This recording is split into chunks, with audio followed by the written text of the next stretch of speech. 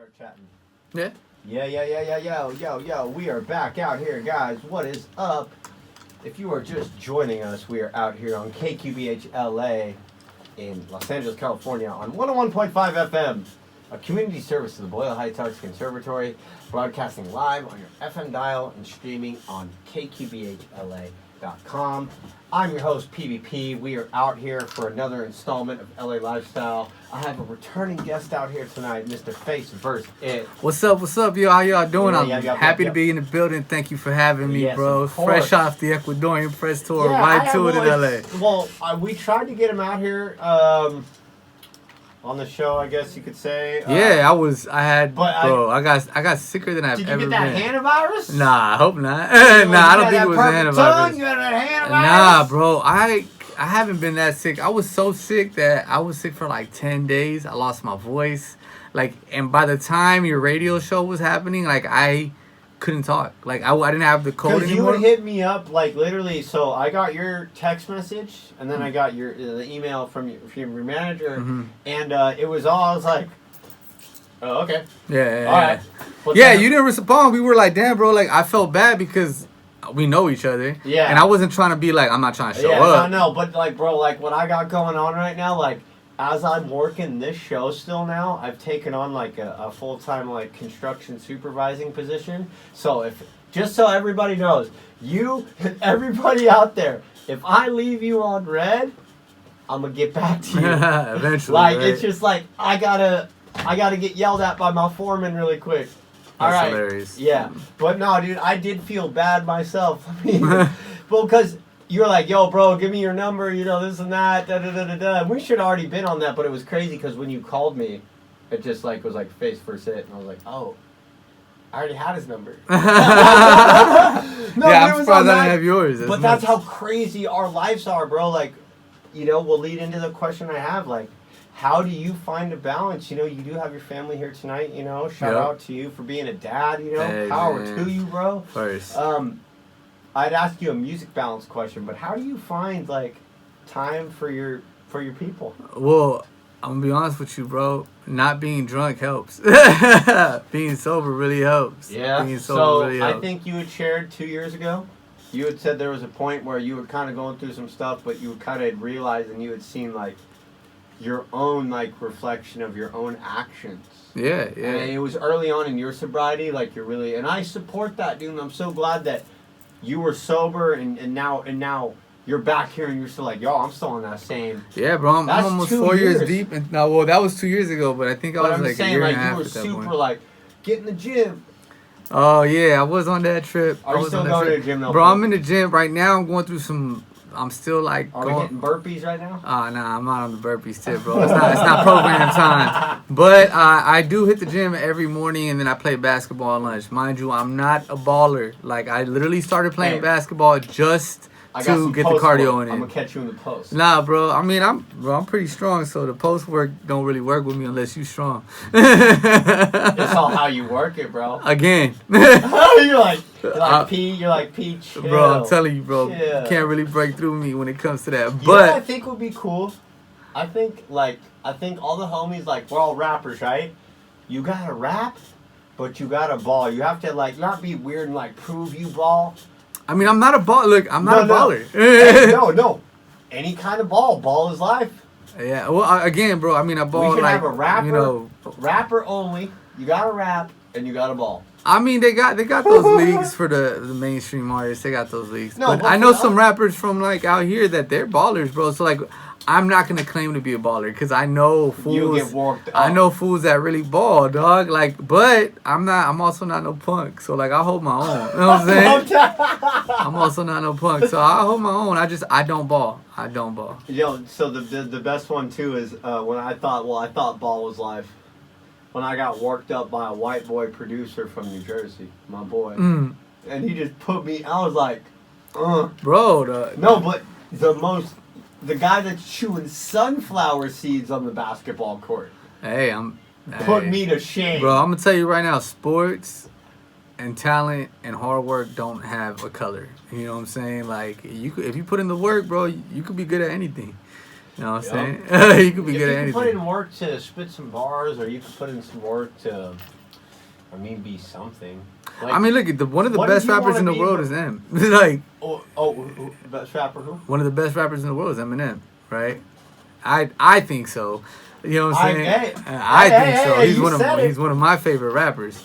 You know. Hey, you know what inspired me? So on this album, I have interludes on my next project, but it's a cappella, but it's like that 90s Slim Shady LP. Yeah, that's the first album I had. It was a gift. But you're like, shout out to you, D.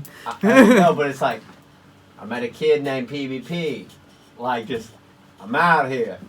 I'm not mad at it, bro. Yeah, but so I just, for whatever reason, my intro, my interlude, and my outro are like Eminem inspired. Like, no, I'm gonna. No, I love, and on my Three Faces album, I had some like mini interludes. Interludes are great. I think interludes carry an album. Yeah, I love Eminem for that. I love Dre for that. I loved all of the artists. I love Tech Nine. For that. Tech Nine is dope as hell His too. skits are great. I mean, I love that era, and it's gone because of streaming. You know what I'm saying? Like it's. I have every album now. When I did my mixtapes, I only have like 2 LPs, I could say, but the LPs I have, I'm like, nah, skits, like, it's a break in the album. And I feel like if you can see, like, skit to skit and the songs in between skits, like, that's that mood. It's a tough thing to do these days. Well, it's a though, tough thing to unfortunately. sell. It's a tough thing, exactly. Saying it's music business, right? Yeah. It's a tough thing to sell, unfortunately. Like, I love them. I still put them on my albums. I'm trying to figure out what I'm going to do with this one, because then you also have to think about, like, it's just a whole mess of business and things I could get into, but it's cool. No, but we're speaking on free. Hey, bro, remember, our platform here, my show, this is a talk show. This is LA Lifestyle. Yeah, for sure. Dude, talk your crap. Well, the thing is, look, so you prepare an album, right, and you have singles on it. You got to send them out to DJs. You got to give them the DJ version, which is the 8 bars into Instrumental, the the instrumental, acapella, all of that. you know, yeah. Exactly. So, like, you have that version, but then you also want the one where you're talking, like the interlude, right? Or the intro to the song, and then, like, bro, these streaming platforms make it so difficult to, like, these digital streaming distributors, right? The distribution platforms, thank you. They make it impossible. Like, you can't put, like, I want this to start at this, because it never works right. It never works. Like, I've done it. And then it's supposed to start at 1 or 2 seconds or whatever, or with that kind of gap, and then it doesn't work. So, like, you have this, like, interlude, like, hey, yo, listen to my single. Pause. And then it drops. You know, so it's tough to do these days. Whereas before you had the CD where you basically burn it onto the CD, and it'd be like, listen to my single. Boom, bap, boom, bap, boom, bap, right? Like, it would just drop right into it. So it's difficult to do in the same way.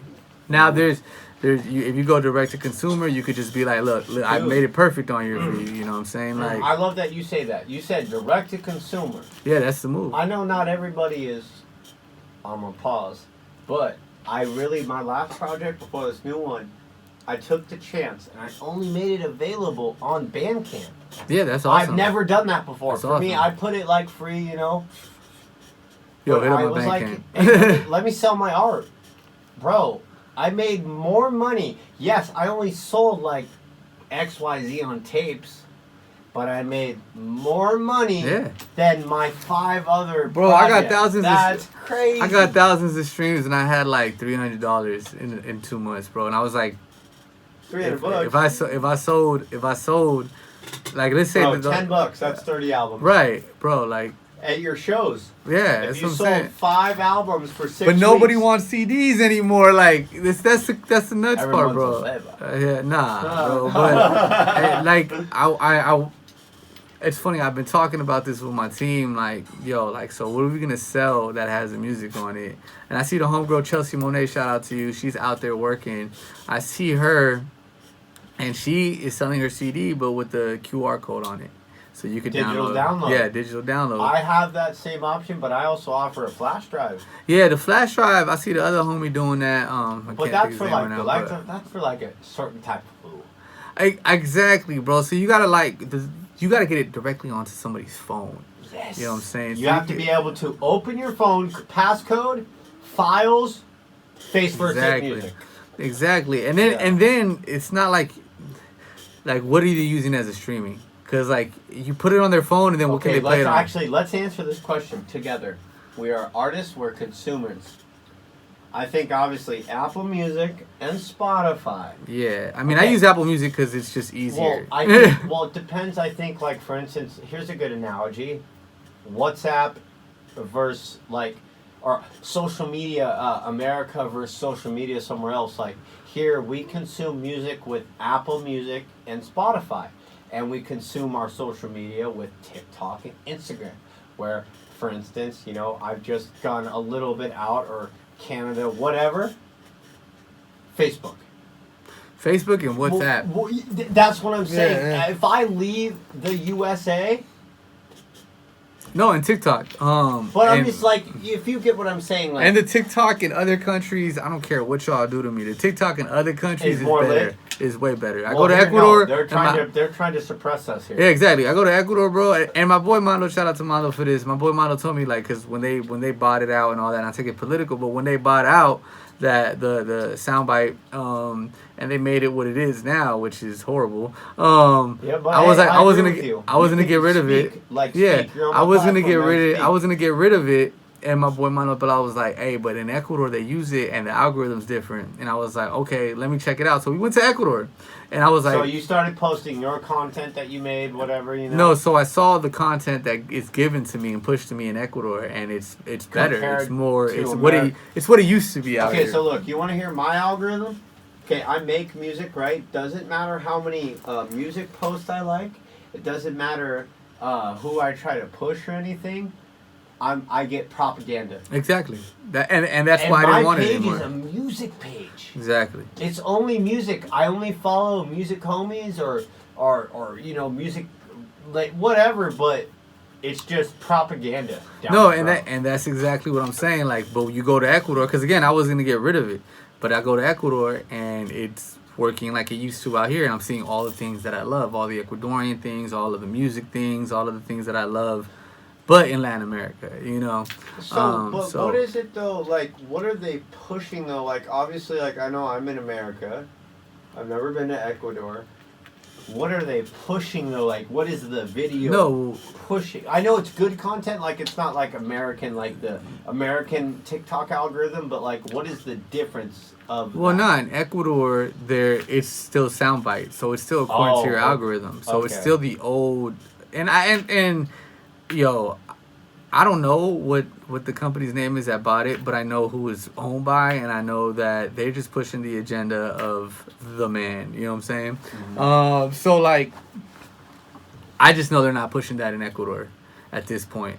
I don't know if they will eventually. I don't know if Soundbite's still going to own it. I don't know what their politics are down there like that. But as of right now, TikTok is killing it out there. If I were to, like, focus solely on Ecuadorian promotions, it would still be Instagram. It would be TikTok, Facebook, and WhatsApp. Because everybody has their channel on WhatsApp. I guess, like, people have their Discord here. It's like, essentially, WhatsApp is like Discord down there. Yeah. But WhatsApp is awesome because I already use WhatsApp. I use it here, honestly, like, all my business I do. Yeah. A lot of people use it for business reasons out here, yeah. But I mean, but they could still subpoena them records, bro. If anyone thinks they're safe, like, my biggest TED Talk rant on my socials has been, like, everyone's been freaking out about, like, the 100 flock cameras they put around here. No, this is just, I'm not, like, bro, there's over 10,000 already installed. You talking about the speed cameras? No, flock camera. What's that? A flock camera, essentially, okay, face. This is a flock camera. Uh-huh. Boom, I got your face. Oh, yeah, I've heard of those. Yeah. So essentially it tracks your car. It just, like, F-Ice. and I just, like, for me, like, where I'm kind of captivating on what you were saying is, like, it doesn't matter what you're fed, where we're here, like, I already know, say I took a trip to Ecuador, my location and my cookies, they're like, oh, no, this fool's not, like, let's give him some, like, okay, like, social media. We're going to give him some, you know, not, like, in a weird way, but it was like, we're not going to feed him his algorithm. And then it was like, nah, like, and it just kept progressing and progressing and progressing, and it was like, no, like, you know, like, why are we doing this as a society? Because even then, I mean, we know why they were doing it. It's control. Well, but it's the thing that sucks is, like, you say you just went to Ecuador, right? Why is it that even you're here, you're an American citizen, like you live here, but immediately like your tracking device, your cell phone, is like, oh, this guy's in Ecuador. Like, let's change his algorithm a little. I mean, I think that has to do with the networks and the system itself. That's what's crazy. But does that also, though, does it benefit you and your music, though? I mean, I think so, because I'm more open-minded, and the program itself, the algorithm is going to push me to Ecuadorians, right? Or to people who are in Latin America or whatever, because I go out there.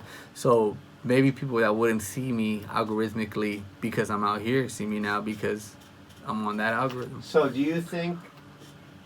I don't know how algorithms work like that. Well, that's though. the thing. So that's why it's his LA lifestyle. We're talking. It's a talk show, you know. So you think of an algorithm, rhythm. Yeah. Key word. Right. So how could you take your rhythm and turn it into a? You know, that's where it's that running. I mean, it's all numbers to them, bro. So I don't you know. It's not really a rhythm. Yeah, exactly. It's money at the end of the day. Yeah. But, you know, last question, wrapping up, I feel like the conversation here, with you being as deep as you are in the community, right now I'm trying to understand this, and that's why I'm asking you this. Where do you see LA hip-hop in 2030? What is that, 4 years from now? Yeah, we're like... I mean, that's a good question, Like, we're closer to 2030 than we were to COVID. I know. But, you know, I don't count 3 years. So 2020 to 2023 don't really count. But 2030, though, do you think... Because they say Afro beats are... No diss on Afro beat. I mean, I think hip-hop, we're going to get in... I think there's going to be a new genre. I don't think... I know this is weird to say, but I think come 2030, hip-hop is just going to be that 40-year run of music. Yeah, I don't think that at all. I think hip-hop is here to stay. Is it just like jazz, is it just like long-term? blues. I think so. It's 50 years now. Well, but here's... In this aspect, too, do you think it's too recycled and we have to be more experimental? Like, nah, everything goes in cycles, bro, whether it be fashion. But we need to be more experimental, though. I think everybody just needs to be authentic. I think the problem with hip hop is it became too commercial and everybody was too worried about sales, too worried about doing what the status, well, what the people in power wanted us to do. You know what I'm saying? I think a lot of that had a lot to do. A lot of people were just making music to sell. They weren't even living the lifestyles they were talking about, and it's rotted a lot of people. But it's also uplifted a lot of communities. So like, I don't think hip hop's gonna go anywhere. I think it's just gonna go in cycles. It went from this type of music to this type of music. It went from dance music to lyricism, like b-boy and then it came back and it did it again and it did it again. And I think we're seeing like a resurgence of all of the dope like 90s hip hop heads come back and show you this is how it's done, because there's a reason that these people on tour that were back in the 90s are selling out, and these new rappers, new quote unquote rappers, are over here and they're having a hard time and they're canceling their tours. Yeah. And they're saying, oh, it was a health issue or personal matter. No, bro, you couldn't sell tickets to the stadium. Like, revert to learning how to perform your songs without a backing track and give us a show. And I think that's what's happening. I think it's going to the new cycle where, like, back to actual rappers rapping over beats instead of, or with a band, or, you know, live instrumentation, which is dope as hell. Instead of, like, me over a backing track that's really just my whole song and I'm playing karaoke. Like, and I think a lot of people are tired of these new rappers that can't perform. And I think now it's coming to lyricism again.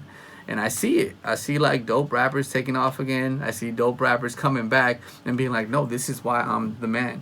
You know? So I think hip-hop is here to stay. Dude, like, the way you just, like, to me, even as a young freestyler or an artist, like, the way you just structured that answer, like, let's get back to the rap. Yeah. Like you said, you gave me the word microwave. Yeah. Right? Yep. That, I think, you know, be a cool, you know, I know we're getting to the end here, but just taking on a content, the world we live in, right? Man, like, do you go and test rappers? Like, find a way to kind of whittle your way in, but you be that content creator, be like, yo, disk drive. And then just rap with that, Like, right? let me see what you can do with disk drive, right? Yeah. But then, bro, I think we need a content creator that can expose rappers. I mean, that hey, if you guys are watching or listening or whatever it may be, that's dope for you. I don't think. And I'm not saying for me. I'm just like thinking on a whim because, like you're saying, like the art, like there's people when you said earlier in the episode, you said the top 100 rappers skill. Why, like you like not you, but that is a racing skill. Like how we're exposing the mainstream for what they are. There's pioneers. We're not going to say certain names, but there are people out there like real, like okay, like our art can be heard. But see, a dope freestyler doesn't necessarily mean you're a dope. No, rapper. no, I'm not Like- talking about like- freestyling. No, not even on Like the songwriter. No, I'm just meant. talking about artistry in general, like being a dope artist. Like, Yeah, and like I think, and I'm not trying to say like if you can't freestyle great, then you're not a dope artist because. and that's not the point I'm trying to okay, prove. I'm all just right. saying, like, with art in general, I feel like maybe say someone like me or someone that can, let's, like you said, real art. Yeah. That's what I'm going off here. Like, you're like, all right, like, real artistry. Like Yeah. Prince said, the artist, you know? Like, we're gonna take back hip-hop. I didn't mean what I said earlier, like, oh, hip-hop is dying, just to Yeah. kind of, like, rehash and close on my statements. I didn't mean it in that aspect. I just feel like right now I see people being so experimental. I don't see hip-hop being the main genre Well, anymore. so hip hop is dope because we sampled, right? Like hip hop is it's the voice of the oppressed. They took pieces of what they could and built something with it. Like the breaks made the beat that we first b-boys dance to, Yeah. then MCs rap to, right? Yes. So I think hip hop has always been that. Hip hop has always been grabbing what made us and But making do you it think ours. us as our young underground pioneers, do you think we are the last generation of hip hop? I know you said it's 50 years. Not saying the last generation, but are we the generation of hip hop to save hip hop? I don't know if it's us or the next generation because you got young cats coming out and rapping dope too, bro. You got like On some crazy stuff. I mean, you got like Corday. I forgot what the dude who He did a track with Lil Wayne, Corday. He's got one. right, and then but then you got dudes Yeah. like man, I forgot the guy who Eminem signed, but he's a Filipino cat. He's so dope. He's so ill. He could rap. He could sing. You know what? He If could do it all. Eminem thinks he can rap, he can rap. Bro, he signed him. He signed him on the same deal Eminem got.